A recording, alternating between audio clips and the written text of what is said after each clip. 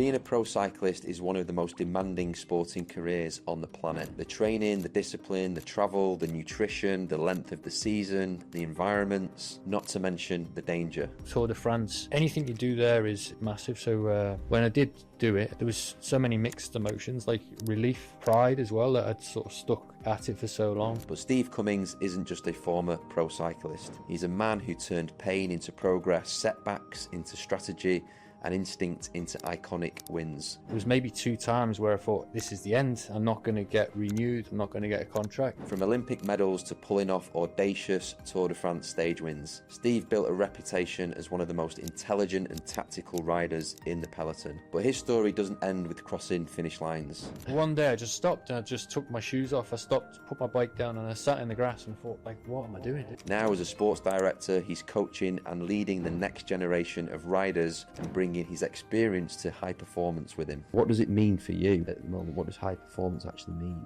I think it's just trying to... This conversation isn't really about cycling. It's about mindset, decision making, pressure, egos, and the identity shift from athlete to leader. So let's get into it.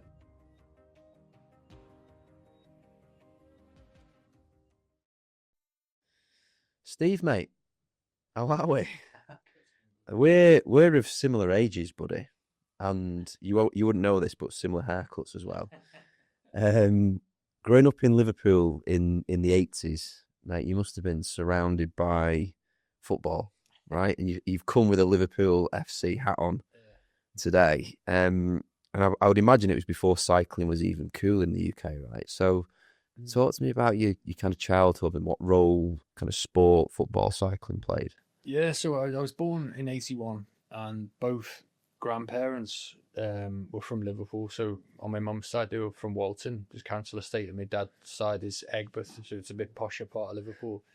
And my mum and dad, they met in Liverpool, and they moved over to Wirral, which is where I was born. But we spent most of our weekends visiting grandparents, and I guess memories are visiting both nans. My mum's side, there was my mum had 2 sisters and a brother, and the cousins lived up the road, so not far. So the house was always full, and that side, my nan and granddad was separated. So my granddad lived in some flats down the road, so we go and visit him, and it always was coincided with the football match, who's playing, and now we're going to move. So if it was Everton, we'd go one way, and Liverpool, you go the other way to avoid the traffic, and you'd have to move at certain times. But yeah, everyone was football mad. And to be honest, I had a really good, I'm really grateful for the childhood that I had, good. So Steve, you must have been, were you a little bit of an outlier then at that point, if there's, the culture around Liverpool in your childhood being surrounded by football? How did cycling come into your life? Yeah, I guess I had 2 brothers, and we were always like on the verge of, a bit of trouble. And my dad, my mum and dad encouraged us. My dad was always running to work. He was riding to work. He'd alternate. My mum was a runner. She used to run marathons and stuff like that. So they were always encouraging us to do sport, and they wouldn't let us hang around the shops or the streets, So we were always encouraged to do sports. And when I started cycling, I think it was around like 11. And at the time, you couldn't join the club because of insurance purposes. So my dad had to join the club, and this bloke said, "You don't have to come out. This bloke would look after me." Yeah. And they lent me a bike, and that's how I started cycling. And I used to go on my bike in the mornings at the weekend, and then play football in the afternoon. And was I an outlet?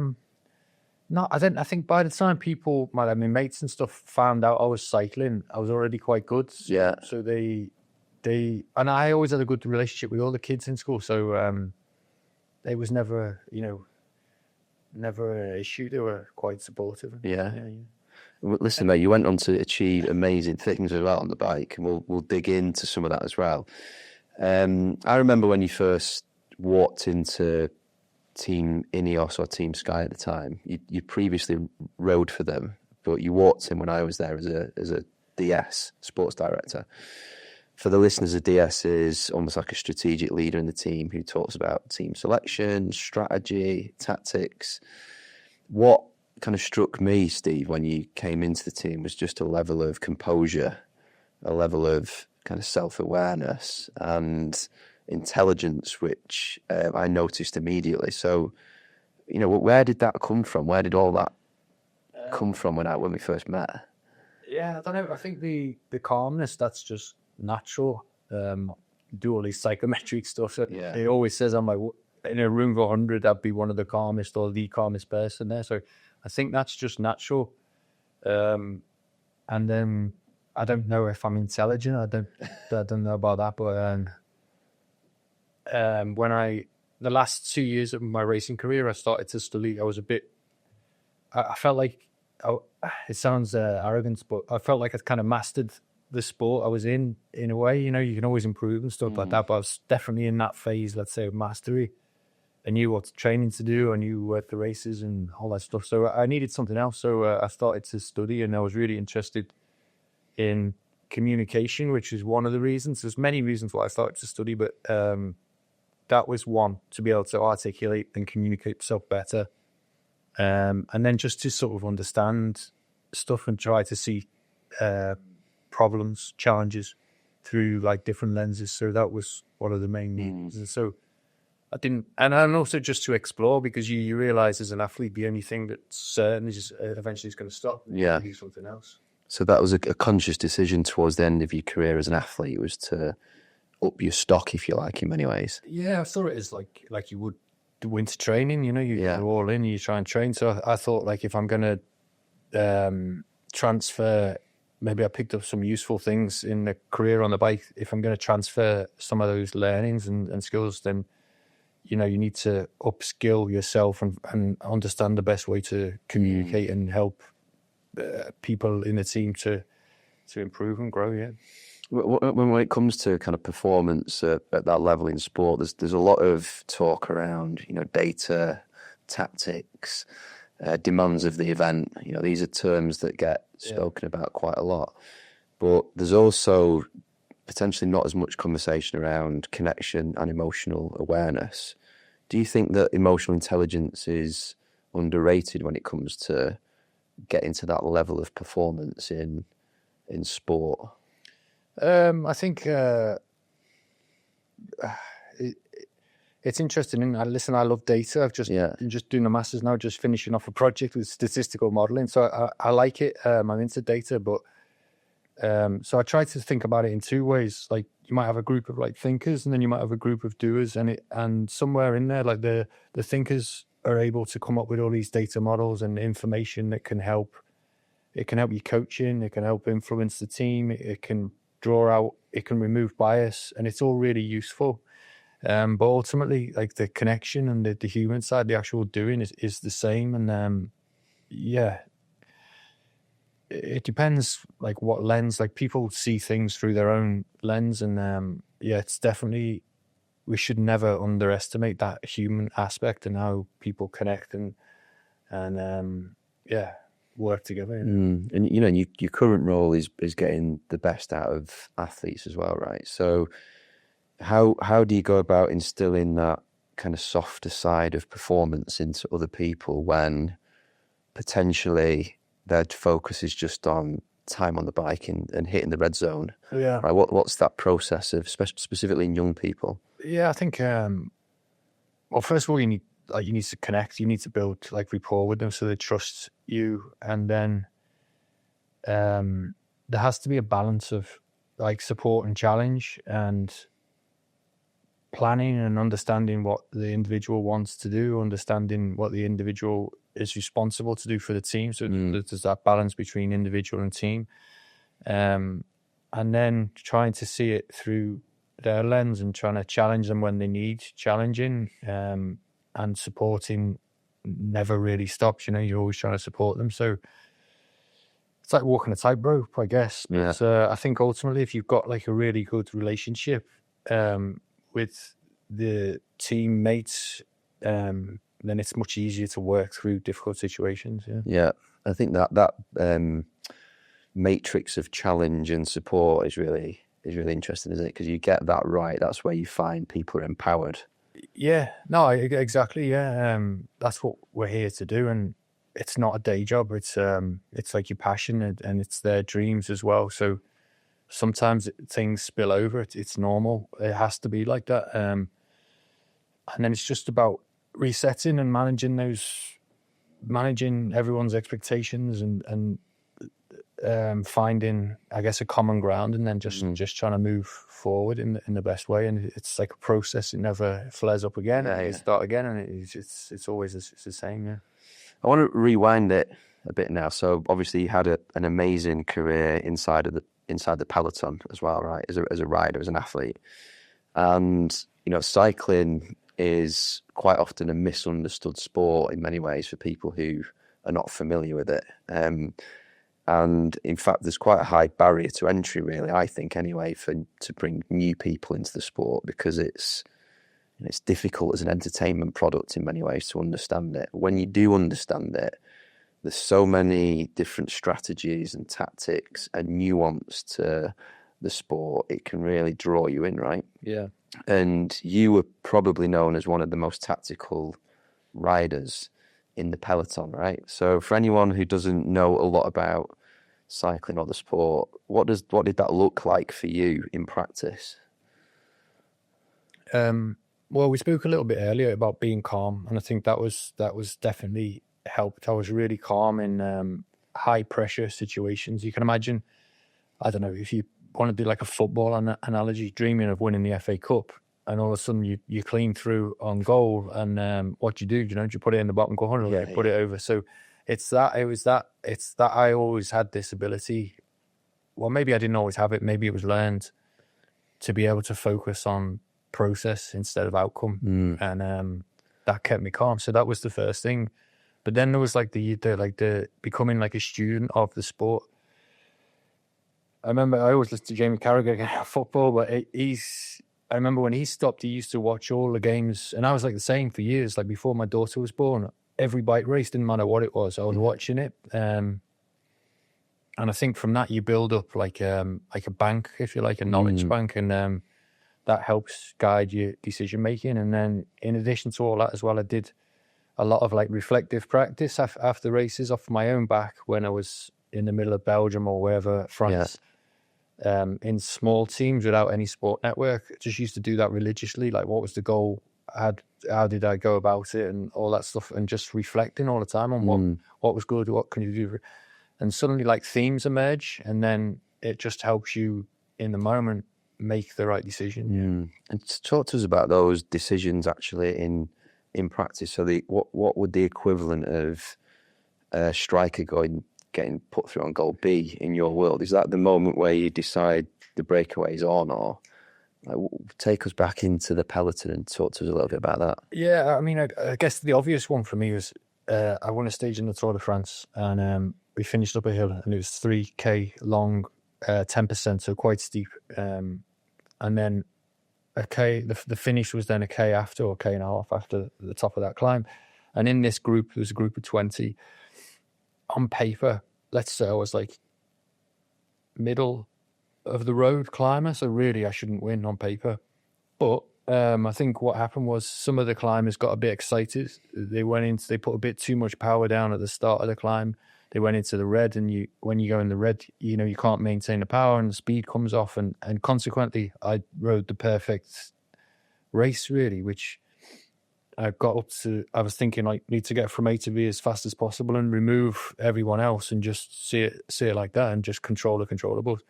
Got to the top, and I think it was then like this light bulb moment, because I could see the two guys in front of me. That it was like that, and honestly, it was just all the racing you'd done, everything. I was 35 years old, so coming to the end of your career, I'd never won a stage in the Tour before, so it was like the biggest dream, It was almost beyond the dream at that stage. You thought the moment had passed, and then all of a sudden it's there, and you just, instinctively, I knew exactly what to do, and just did it.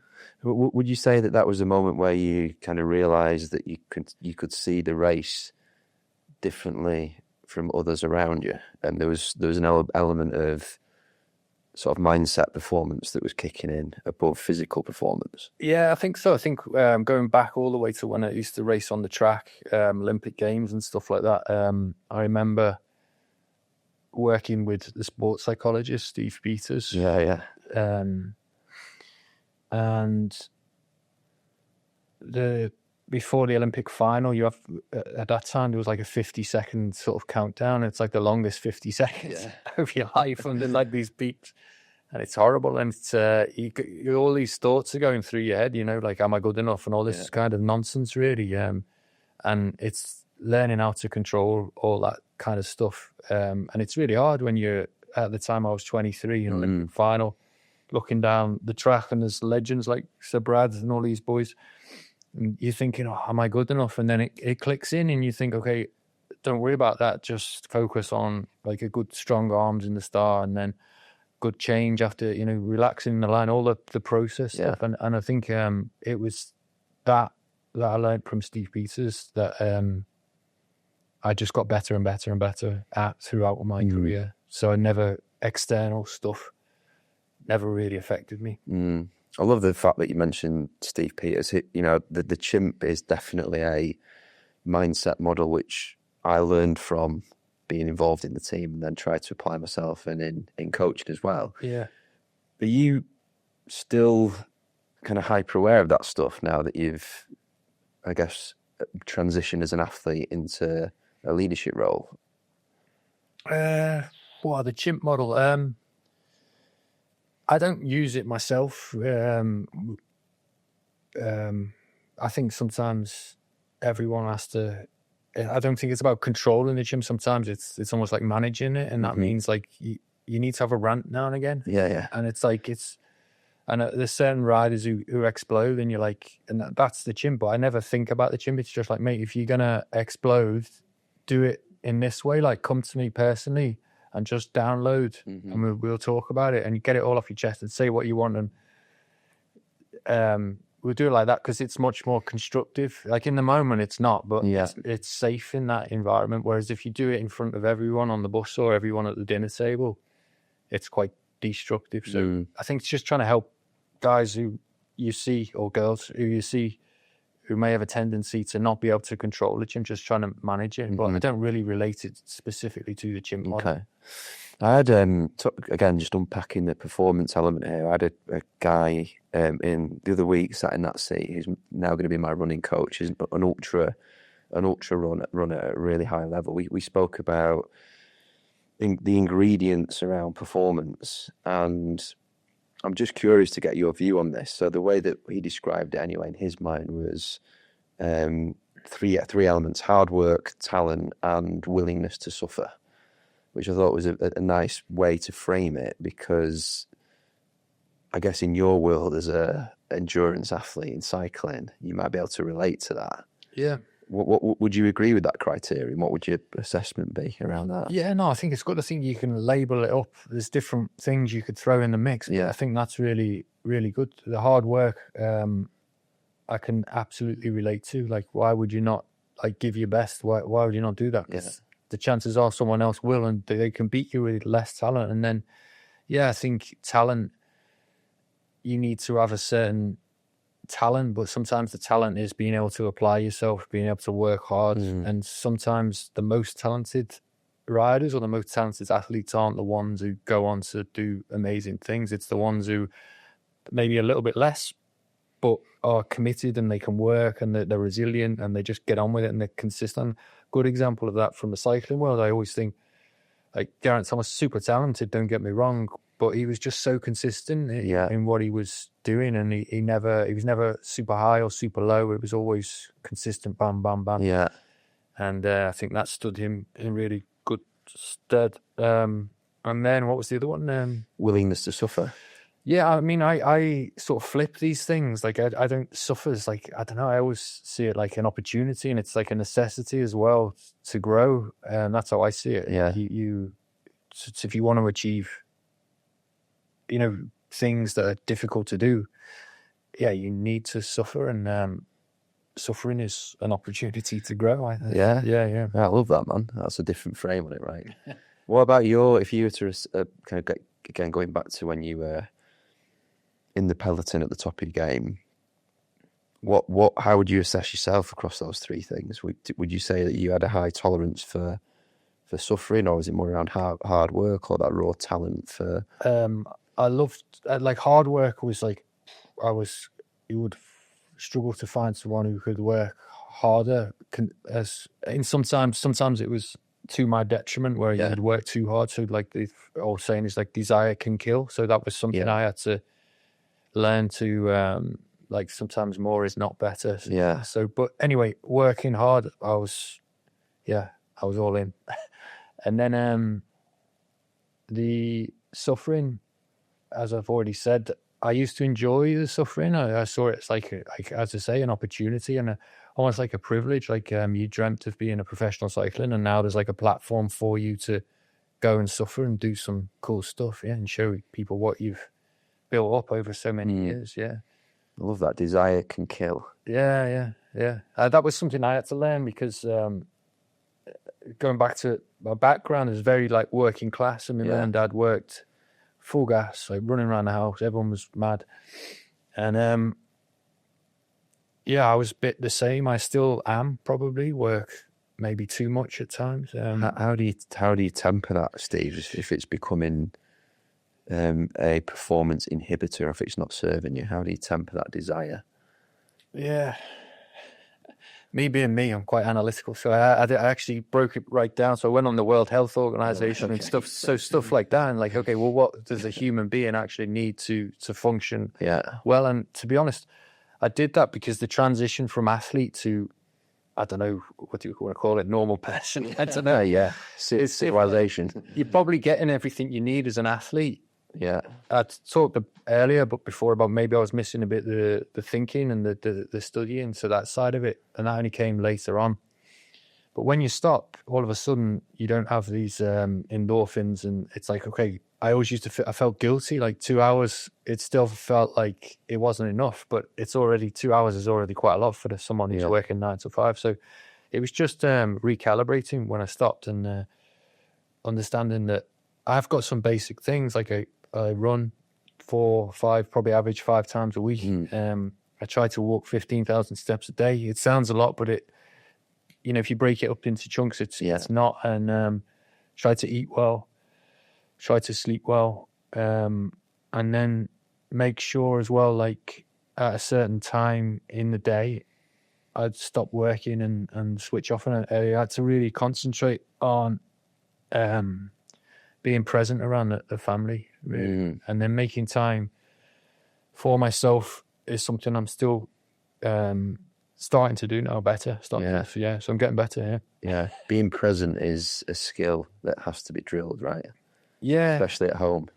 I think it's that trying to work like really efficiently, and I function much better when I've got a clear head, and exercise and walking, it just gives me that clarity. You mentioned it earlier there, but clearly you were doing something not just right on the bike, but pretty incredible, right? You rode, correct me if I get this wrong, but you rode the Tour 6 times, 13 Grand Tours in total, 2 stage wins on the Tour de France, which is a race that kind of defines the sport, let's be honest, right? 3.5 billion viewers globally at that race. It's crazy. When you take me back to that moment, you did a little bit early, but take me back to that moment when you won your first stage at the Tour. Does that represent something significant in your life? How many times do you think about that? I'll go back to that moment. I don't think about it, or don't really go back to it unless, I love to talk about it, but I don't. It's not like I sit at home thinking, well, that was cool, No. But it happened when I was 35 years old. So I'd been professional for 12 years. And in that space, in that time, there's maybe 2 times where I thought, this is the end. I'm not going to get renewed. I'm not going to get a contract. So I was in like this headspace where it was like every day was an opportunity. And I'd always felt like I was capable of doing something. I'd won some really good races. But as you say, the Tour de France I think it captures 85% of the total media coverage of cycling, Yeah, it's and crazy. all the other races are within that 15. So it's just huge. So anything you do there is massive. So it was, as I said, it was almost at the time a little bit beyond the dream. I thought the dream had gone at 35. So when I did do it, there was so many mixed emotions, like relief, like pride as well, that I'd sort of stuck at it for so long. Grateful that for my family and the people around me who'd support me and stuck by me all the way. But yeah, just happiness as well, just to be able to demonstrate what you can do on the biggest platform that you get in cycling, really. And I've done stuff like that in other races, but you don't get the recognition. Yeah, you get the recognition if you do it at the Tour, because everyone sees it. Yeah, it's crazy, isn't it? I remember looking at some stats when I was in the team around the number of races that even the guys that are winning all the time. I know you won a lot of races, not just at the stage at the Tour, but the majority of the time you're just not winning. Yeah. The majority of races and events that you start end in perceived failure, right? Mm-hmm. How do you handle that process then? What keeps you motivated, if you like, when you know that actually the wins are going to be so few and far between? Yeah, I mean, as a rider, I was habitual really in my training. Some people might say it was obsessive, I don't know, but I used to have climbs that I would do on a regular, like a routine that you do every week. So almost every day was like I was measuring myself. It sounds crazy, but and if I knew like, and my weight as well as other, so you use all these like kind of metrics or indicators to say, well, am I in the ballpark of where I need to be? And then if you are, then sometimes it's just about, like you say, this almost 200 bike races in the Tour de France. There's so many variables. So you can be the strongest, you can have the best form, but you guaranteed nothing. Especially the rider I was, when you're not a top climber or not top sprinter, you're like in the middle. So I was focused on that, being as good as I could be, and always like sort of believing and keeping the faith that eventually opportunity would come, and I had to be ready to take the opportunity when it did come. And if I wasn't, I was quite hard on myself in a sense, like it's too heavy, or if something wasn't right, then you have to investigate a little bit deeper and try and find solutions. Sometimes it was a bit more rest, sometimes it was a bit more training, and I had people who helped me with that. But as I say, as I got older, you could feel it. You knew what was enough. You knew what was too much, and Talk to me about, you said, people around you. You're a coach yourself now, and I'm sure you have been throughout the whole of your career. What you talk about there in terms of managing your daily habits and performance, how much of that was coming from kind of your own desire, and how much of it was kind of coached into you, and who were the influences, if you were coached around that as well? The work ethic was from me. Like, it was from me. I never skipped training. If they said 4 hours, it would be 4 hours. If they said 3 minutes like this, 3 minutes like this, it would be like that. So that came from me. Yeah, and I was my own work. I was really hard on myself as well. So I wasn't the kind of guy who needed someone to be even more critical of me. I was the kind of guy who needed someone to say, hey, come on, it's not so bad, So I think a lot of it was internal, but especially at the end. But maybe when you're younger, I mean, I don't think I didn't react well actually to authority. So it was about ownership for me. And I think Steve Peters, going back to Steve again, he was the one who was like, take responsibility, make your own program, all that stuff. Yeah. And that gave me the drive and the ownership. And once I owned what I was doing, it was really easy to commit to it. I say really easy, to don't get me wrong. Not every day you want to jump out of bed and go training, but you just do it, autopilot. You get that feeling of I'm in control. These circumstances are a result of my actions and behaviours, instead of the reverse. Almost being a victim of everything, right? Exactly. And just writing stuff down as well gives you that if you want to win big and you know, these are your stepping stones to get there, and you break it down even further, and this is what you need to do on a daily basis to get there. And before you know it, you're doing it without even thinking. Yeah. You know, you backed up that first win as well, the Tour, with another win. It was the very next Tour de France, right? The next year. Yeah. You know, in coaching, we talk a lot around beliefs, right? How much do you think that second win was as a result of a belief shift that you could actually perform at that level and deliver at the Tour? Yeah, I'd say it was significant, definitely. I mean, I'd won a stage in the Tour of Spain in, I think, 2013. And then when you win, so there's 3 Grand Tours, obviously Giro Tour and Vuelta, and I'd won in the Vuelta. And then when you win at that level, you think, wow, you can win at the Tour. It's not that, it's different. It's a bit higher level, but you can do it. So that was maybe the moment. But then in 2015, I'd done it, and I had a lot of attention and, as I said before, recognition. And when I went home and like reflected on it, I was like, okay, well, I don't want this to be like what people see me for, like a flash in the pan. Yeah. And then I guess my dreams, when I went to plan, it was like, okay, the possibilities, this seemed like a lot more possibilities and a lot more. And if I get this right, and if I just improve here, maybe I can win this race, and maybe I can win that race. And I just started looking at bike races maybe in a different way, like grown in confidence, and there seemed to be more opportunities. And I was getting, I think I was improving still, like making refinements and adjustments. And then in the following year, it wasn't just a Tour win. I went to, I think, 3 World Tour races and won a stage in each. And that's pretty hard to do as a non-sprinter and a non-climber. And then to go to the Tour, then it was like I was a really marked man. Everyone knew I was in the cycling world, at least. So to go and do it again that was my best year, 2016, yeah. When you kind of transition into a management role and you've got young riders who are coming through, how do you go about trying to instill that level of belief in other people when they don't necessarily have the evidence base yet to suggest that they can see those possibilities, remove those limitations?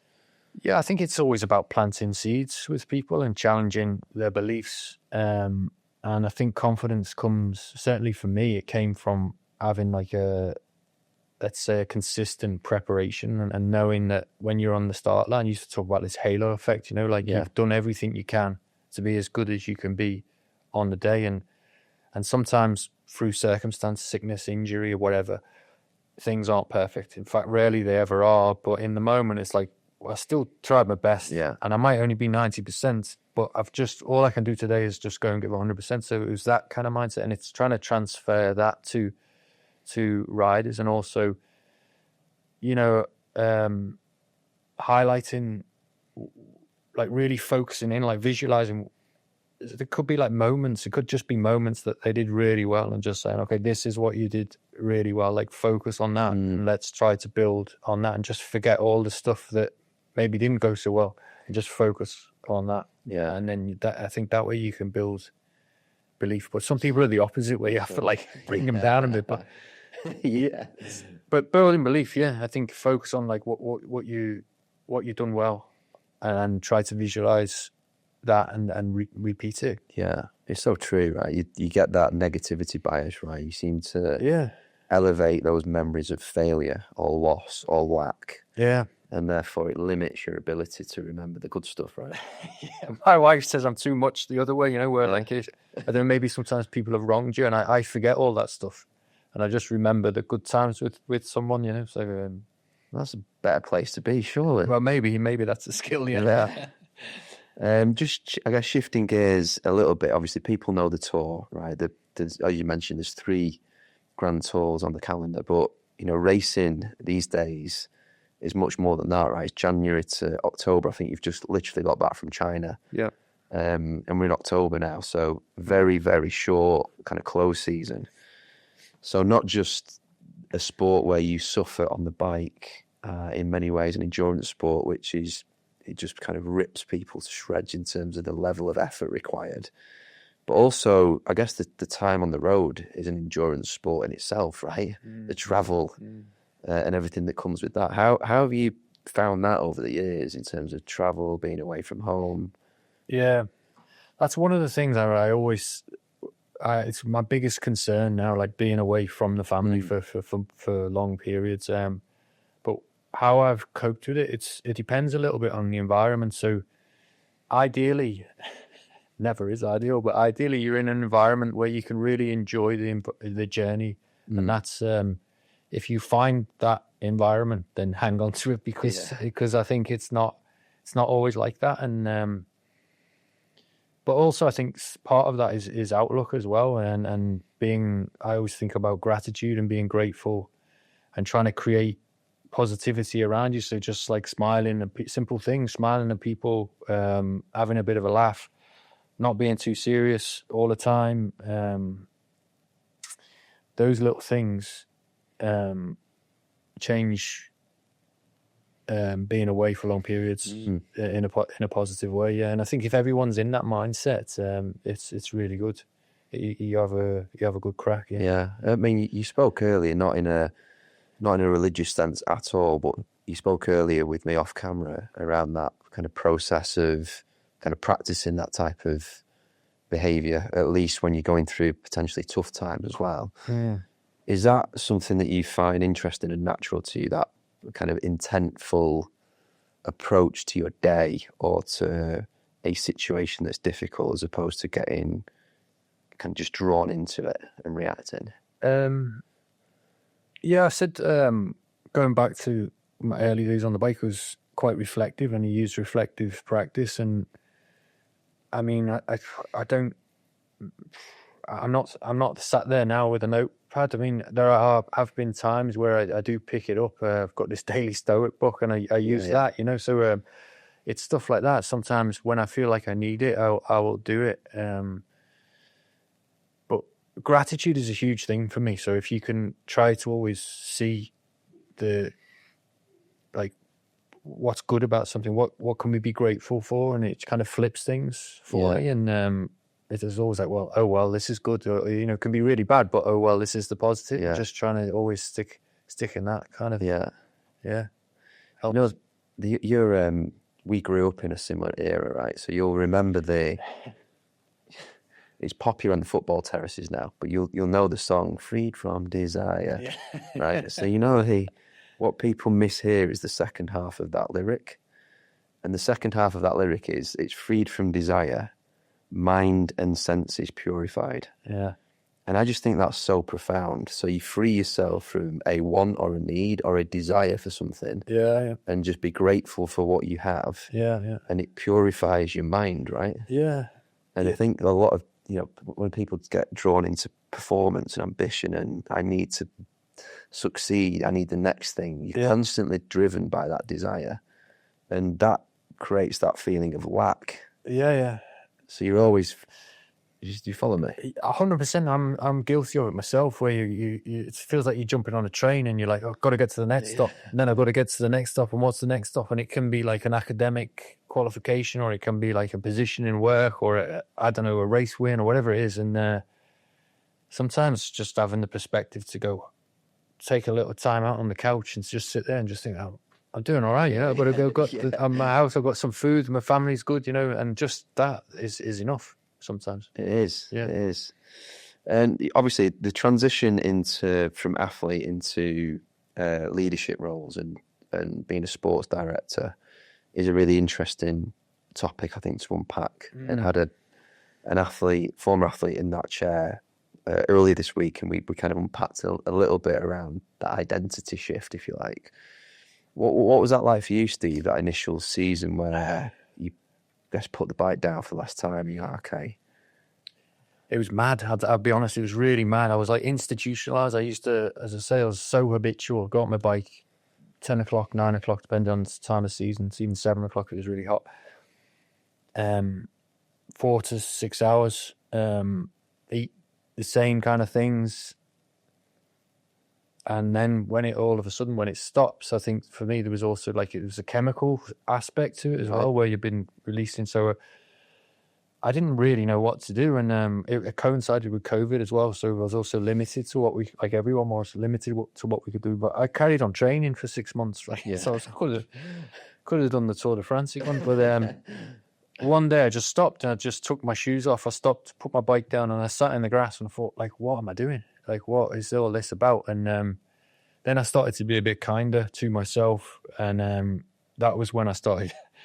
I looked at like, okay, what the normal people, what do they need? What's how much exercise a day? So I tried to recalibrate. So it took me, I would say, maybe 3 years to recalibrate to like a normal, or what I think is normal now. Maybe it's not, like to running like a say 5, and that was enough to make me feel pretty okay. And then there was all the identity stuff. I was never.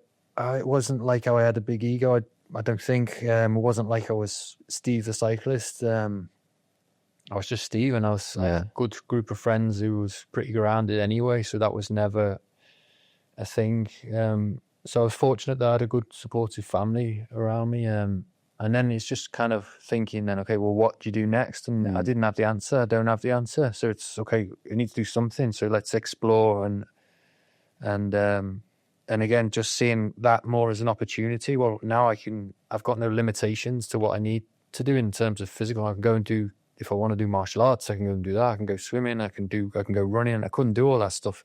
If I want to go traveling, there was limited by financial stuff as well. So you have to figure out how much you need to live, and then from there you get a rough idea, and that's kind of how I dealt with it. But yeah, university helped me a lot. I was at university at the time, and I think that helped me. I remember talking to a professor, Lavelli, who specializes in this area. So I didn't actually speak to him specifically about me. It was more general, because I was interested in how I could help athletes who were transitioning out of sport. Yeah, it's tough. Transition for everyone is tough. Yeah. And what did you learn from that process, Steve?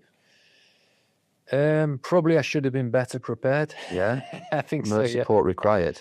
Again, going back to the ownership stuff, I think like you can sort that out yourself. But I think the big thing for me was at the time, like financially, I didn't really make a plan, but I was quite fortunate in the sense that my outgoings, just the person I am, were pretty low. I'd always kept my moderate to low lifestyle, so I didn't have huge bills to pay, and we had some money saved, so that was okay. And then I guess what else did I learn?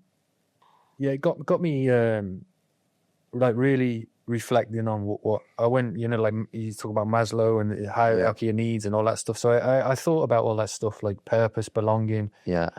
And then it took me a while, because felt like something was missing for a long period, and then you sort of like a checklist and you go through stuff, and as I say, like now I retired from cycling racing in 2019, and we're in 2025 now. Now I feel like I'm in a good place. Yeah. It's mad, isn't it? I think that, when you talk about those transitions, it's environments and situations change, and I think reflecting on what remains the same when everything else changes around you, and that comes back to, what is your value system? Yeah. Who are you actually as an individual versus what are you actually doing every day? Because that doesn't necessarily define who you are. It's what stays the same when everything else changes, and a lot of people don't really take this time to step back and reflect on that, because there's not often a lot of space to do it. Yeah, no, exactly. And I was always in this state of threat almost, because you finish, it's really hard. You finish a career and then you've got to restart again, and you're restarting almost at the bottom, and you don't even know what you want to do, and you're just trying to do stuff, and you're starting really so you haven't got like any memory bank of when you've done things well, and that was really tough. But now, after like 5 years, you've got like a bit stronger memory bank of things you've done well, and you can apply the same principles from athletic performance to like working day to day with athletes or in a normal role. Yeah. We spoke a little bit about this earlier around the model in pro cycling, and when I came into the sport, almost surprised a little bit about how vicarious it can be with sponsors coming in and coming out. But there is a lot of money flying around in the sport now, specifically for the best athletes, right? So big egos, big personalities, young talent. You might know where I'm going with this one. When you and there was one of the last projects that I was involved in actually was the signing off of the Netflix documentary. Is it Tour de France Unchained? I think it's called. Yeah. And at that point, you were a DS on the race. One of the episodes in the first series covers actually the relationship that you were trying to manage between the team and Tom Pidcock at the time, who was clearly a really, really talented athlete. That looked, and I know the edits can be incredible. Yeah. But when you watched that episode, it looks like you were managing quite a difficult situation there. How do you manage that tension between an individual brilliance and ego and the team's needs? How did that come out in the wash? Yeah, I think you're right. The first thing was definitely heavily edited. It? So it dramatizes something that you probably have in any, I imagine, in any walk of life, really. Maybe more with athletes because, like you say, there's more like kind of money involved and the younger and performing at such a high level. How do you manage it? I think cycling it's a team sport, but it's a team sport for an individual. So that automatically brings like a level of complexity. So I think when teams sign riders, like they should be signed, and it should be pretty well aligned at that point. And if it's not, then that's already not the best foundation to start from. And I was never involved in any of those discussions with any rider at that point. So it's difficult for me to understand like what was promised and what we were delivered on. I just get a directive saying this rider needs to do this, and that was my job to try to manage it, whether the rider wanted to do it or not. So there comes the challenge. And then it's just about trying to help the rider understand that you have a boss. We've got a responsibility. We're paid money. It's like anything. I understand that maybe this is not what you want to do. You want to do this, but we need to find like compromise and common ground and work our way forward. And then within that, there's kind of the rules of the team. I really like the All Blacks one to simplify, like the no dickhead policy. I just think that covers a lot. And there's things where you have to challenge guys, like if they come late or consistently late, or, if they're taking the piss, then you've got to say, come on, mate, you're letting yourself down here. What do your teammates think of you? And just trying to hold the mirror up so they see it, that they're not doing themselves any favors, and especially the ones who are super talented, because ultimately they need a good team of people around them to help them win those races. But I really enjoyed my time there, and think I learned a lot. And I'd like to think like you've got a good relationship with all the bike riders I work with. Still now. It's funny you say that, because I think when you talk about the no dickheads with the All Black stuff, when you're in the thick of it, when there is complexities, when there's personalities involved, and you're in the weeds of trying to do the day-to-day, sometimes these challenges can feel insurmountable, but the most simplest approach to it is stripping it right back to first principles, right? What are our first principles here, and how are they going to guide us through to the best outcome? Do you look back at that moment in time in the team and think about, okay, how did I manage that situation? Could I have done it differently? Did we act in line with our values? And what is the reflection now? It's kind of been and gone.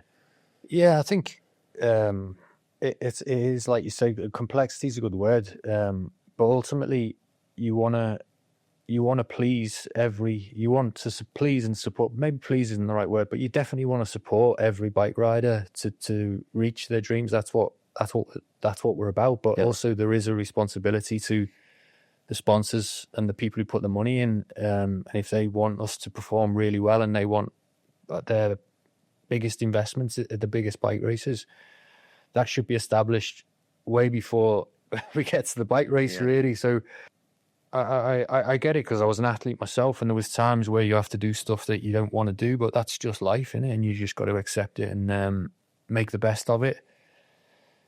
And then ultimately, if you're really unhappy, you have to sort of say, okay, is this the right thing for me? Have the goalposts change, and is it better to find like part ways and do something different?